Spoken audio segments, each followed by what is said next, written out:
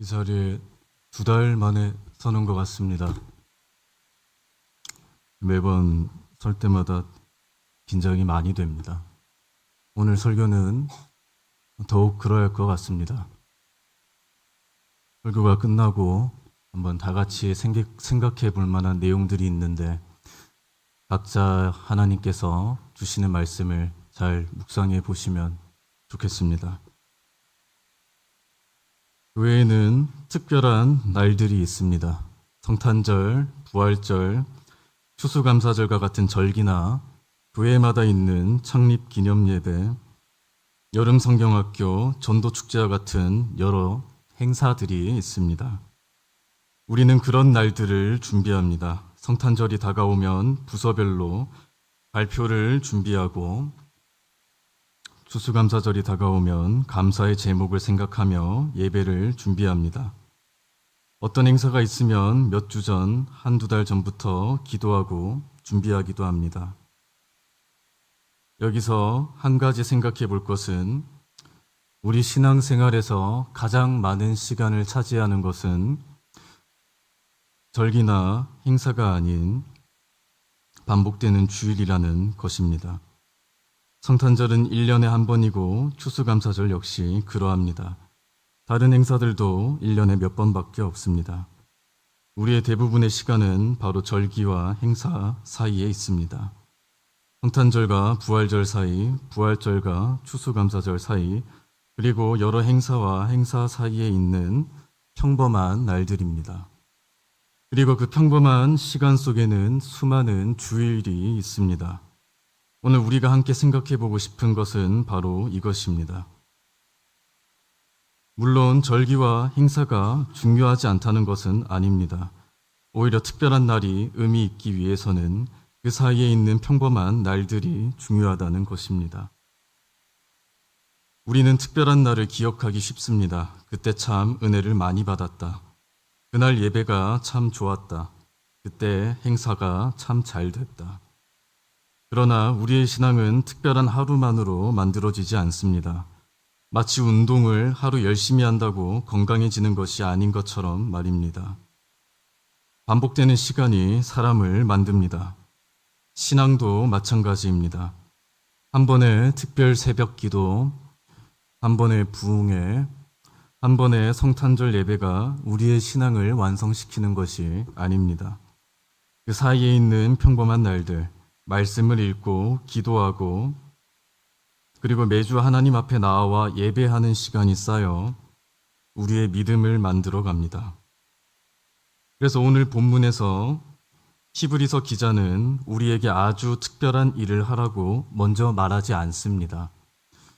25절을 보시면 이렇게 기록됩니다. 모이기를 패하는 어떤 사람들의 습관과 같이 하지 말고 오직 권하여 그날이 가까움을 볼수록 더욱 그리하자. 본문은 모이는 것, 그것을 계속하는 것의 중요성을 이야기합니다. 어쩌면 평범한 말씀입니다. 매주 예배드리는 것, 성도들과 함께 모이는 것, 하나님께 나아가는 것. 그러나 우리의 신앙은 바로 이러한 평범한 반복 속에서 지켜지고 자라납니다. 첫 번째, 우리는 계속해서 하나님께 나아가야 합니다. 19절과 22절에서 히브리서 기자는 우리에게 담대히 하나님께 나아가자고 기록합니다. 여기서 중요한 점은 한 번 나아가는 것이 아니라 계속해서 나아가는 것입니다. 신앙생활을 하다 보면 특별한 순간들이 있습니다. 큰 은혜를 받는 날도 있고 마음이 뜨거워지는 날도 있습니다. 그러나 모든 예배가 현실적으로 항상 특별하게 느껴지지는 않으실 것입니다. 어떤 주일은 큰 감동이 없을 수도 있습니다. 예배와 상관없이 그날에 내 육신이 피곤할 수도 있습니다. 개인의 일로 마음이 복잡할 수도 있습니다. 그러나 예배의 가치는 그날 내가 얼마나 큰 은혜와 감동을 받았느냐에만 달려있진 않습니다.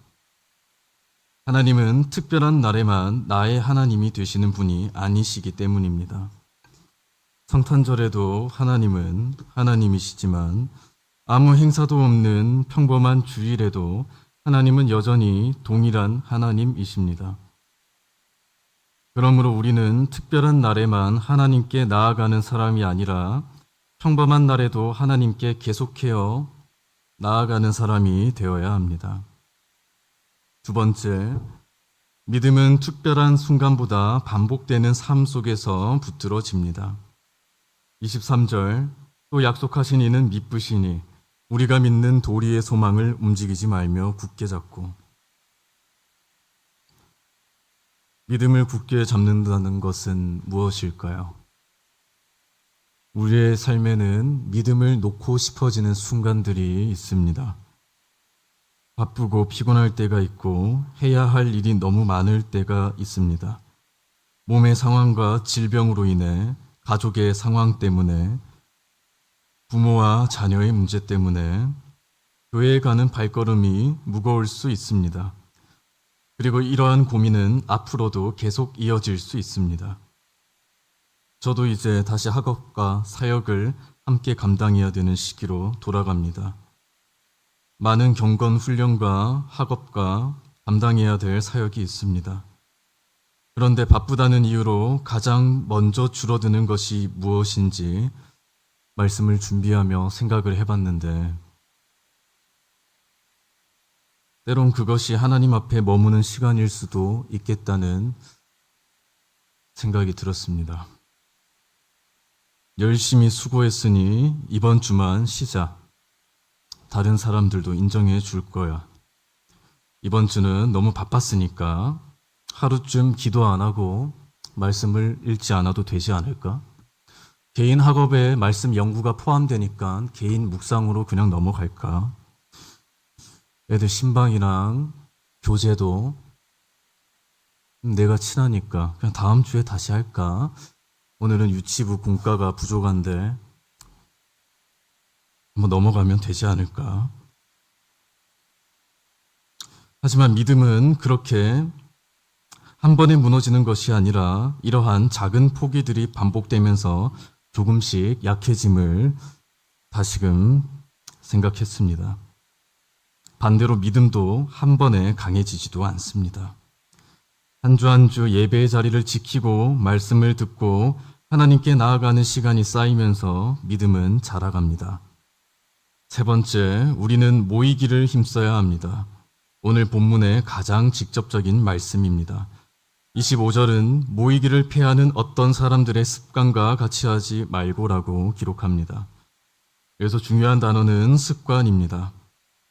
한 번 모이지 않는 것도 습관이 될 수 있습니다. 한 번 예배를 뒤로 미루는 것과 예배를 경히 여기는 것도 반복될 수 있습니다. 반대로 매주 예배의 자리를 지키고 전심으로 예배자의 자리에서 하나님을 경배하는 것도 습관이 될 수 있습니다. 하지만 후자는 단순한 습관 이상의 것이 될 것입니다. 이러한 은혜와 축복은 너무나 가치가 있기 때문에 우리는 이것을 위해서 사모하며 서로 모이고 서로를 붙들어 주어야 합니다. 24절은 서로 돌아보아 사랑과 선행을 격려하라고 기록합니다. 혼자서는 믿음이 흔들릴 수 있습니다. 그러나 함께 예배하고 함께 말씀을 듣고 서로의 얼굴을 보면서 우리는 다시 믿음을 붙들게 됩니다. 그래서 주일 예배는 단순히 이번 주에도 해야 하는 일정이 아닙니다. 절기와 행사 사이에 우리의 믿음을 붙들어주는 시간들입니다. 성탄절과 추수감사절과 같은 절기와 우리 교회의 큰 행사들이 우리의 신앙을 특별하게 기억하게 해주는 역할을 한다면 매주 드리는 예배는 우리의 신앙을 실제로 살아가게 하는 원동력이 됩니다. 사랑하는 성도 여러분, 교회에는 특별한 날들이 있습니다. 우리는 앞으로도 성탄절을 맞이할 것이고 추수감사절을 지킬 것이고 여러 행사들을 준비할 것입니다. 그러나 우리의 신앙은 특별한 날에만 존재하지 않습니다. 우리의 신앙은 절기와 행사 사이에서도 충분히 드러납니다. 성탄절과 성탄절 사이에 나는 어떻게 살았는가? 추수감사절과 추수감사절 사이에 나는 얼마나 하나님께 감사하며 살았는가. 특별한 행사와 다음 행사 사이에 나는 얼마나 열정적으로 또 얼마나 하나님께 나아가며 예배하며 살았는가. 우리의 믿음을 만드는 것은 우리가 기억하는 몇 번의 특별한 날보다 기억조차 나지 않는 수많은 평범한 주일들일지 모릅니다. 특별한 예배를 사모하십시오. 그러나 평범한 예배를 가볍게 여기지 마십시오. 특별한 날들을 준비하십시오.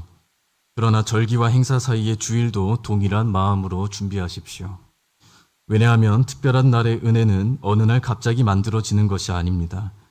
그 사이에 하나님 앞에 나아온 수많은 날들이 쌓여서 만들어지기 때문입니다. 오늘 말씀을 통해 세 가지를 적용하시면 좋겠습니다. 첫 번째, 매주 반복되는 주일을 가볍게 여기지 맙시다. 이번 주일에 특별한 행사가 없다고 해서 특별하지 않은 주일은 아닙니다. 우리가 하나님 앞에 모여 예배하는 모든 주일은 하나님께서 우리를 만나시는 소중한 날입니다. 이러한 것들은 예배 시간 속 찬양과 기도와 설교와 같은 예전의 순서 속 하나님 앞에 진정으로 어떻게 나아가느냐로 드러날 것입니다. 두 번째, 예배를 삶에 남는 시간에 두지 맙시다. 시간이 되면 예배드리고 기도하겠다가 아니라 예배를 먼저 삶의 중심에 두고 나머지 일정을 살아가는 것이 필요합니다. 바쁜 삶 속에서도 예배를 지키는 것은 시간이 많기 때문이 아니라 무엇이 중요한지를 알고 있기 때문입니다.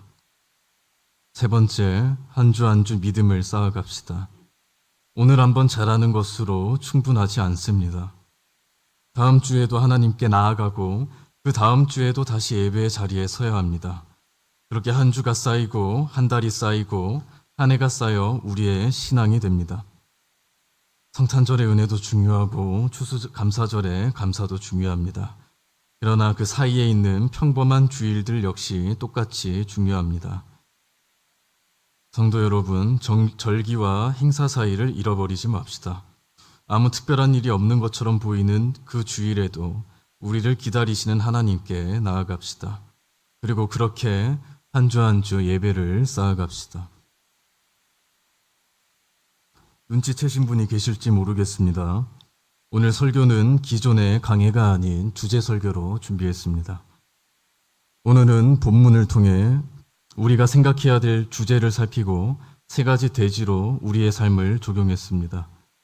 기존의 방식과는 조금 다른 구성인데 말씀을 이해하고 또 각자의 삶에 적용하는데 조금이나마 수월하셨기를 바랍니다. 저는 여전히 주일학교 설교와 주일 오후 설교에 많은 부담을 느낍니다. 오늘 본문은 더욱 그러했습니다. 제가 전한 이 말씀은 누구보다 저에게 먼저 필요한 말씀이기 때문입니다.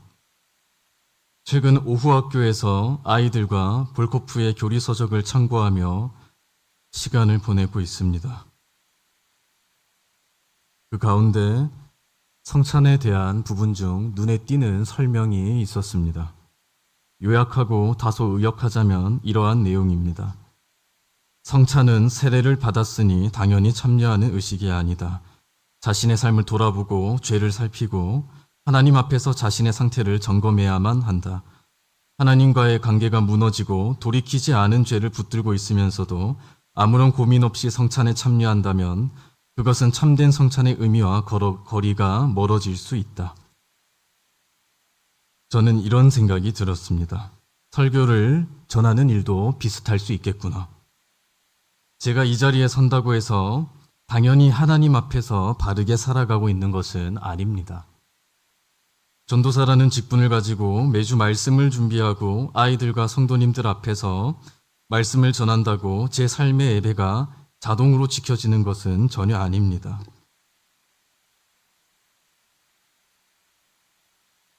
결혼 사실을 처음에 제가 따로 말씀드린 적이 없지만 시간이 지나며 많은 분들이 알게 되셨습니다. 이후 제 아내는 부서와 교회의 여러 행사에 참여하면서 몇몇 성도님들과 자연스럽게 얼굴을 마주하게 되었습니다. 그리고 저는 일부 성도님들께서 저를 사랑하시고 염려하는 마음으로 제 아내와 저의 상황에 대해 어떤 말씀들을 하셨는지 잘 알고 있습니다.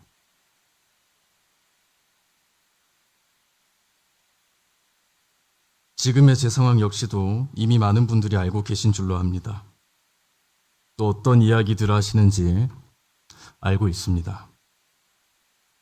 하지만 오늘 이 자리에서 제가 먼저 고백하고 싶은 것은 이것입니다. 그럼에도 불구하고 제가 이 자리에 지금 전도사로서 말씀을 전할 수 있는 것은 저 혼자의 힘이 아니라는 것입니다. 많은 성도분들께서 격려와 응원과 기도와 물질로 섬겨주셨습니다. 제가 힘든 시간을 보내는 동안에도 기다려주셨습니다.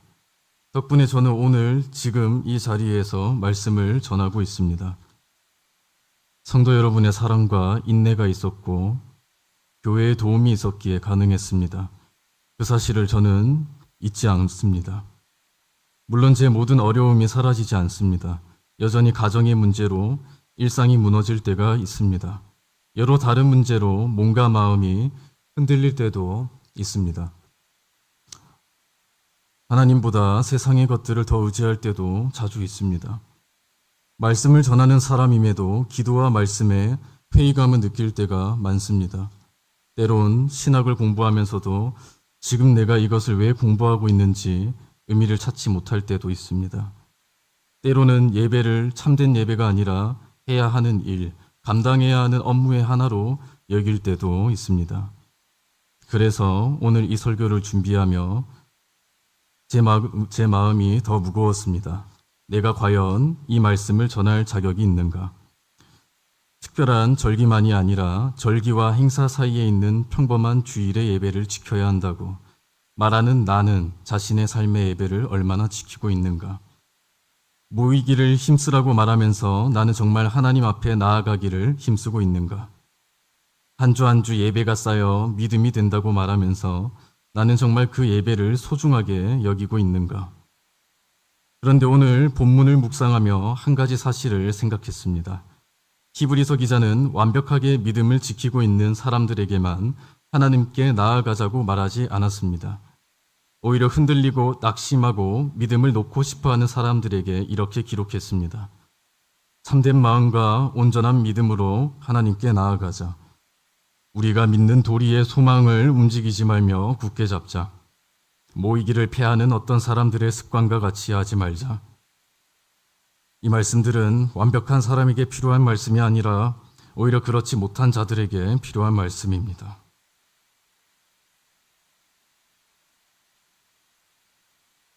저는 여러분에게 이 말씀을 전하기 위해 그리고 동시에 저 역시 이 말씀 앞에 나아가야 하는 사람입니다.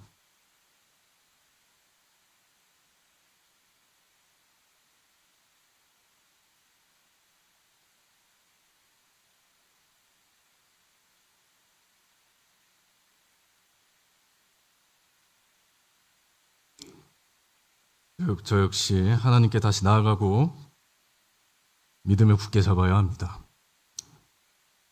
말씀을 마무리하겠습니다. 한 번의 특별한 예배로 모든 것이 해결되지 않습니다. 그러나 한 주가 지나고 다시 주일이 찾아왔을 때 그럼에도 다시 하나님 앞에 서야만 합니다. 이번 주에 마음이 무너질지라도 다음 주일에 다시 나아가는 것입니다. 지난 한 주 하나님을 잊고 살았다면 다시 말씀을 듣고 우리의 죄를 돌아보고 빛의 자리인 하나님께 그럼에도 두렵고 떨릴지라도 나아가야만 하는 것입니다. 그렇게 한 주가 쌓이고 또 한 주가 쌓입니다.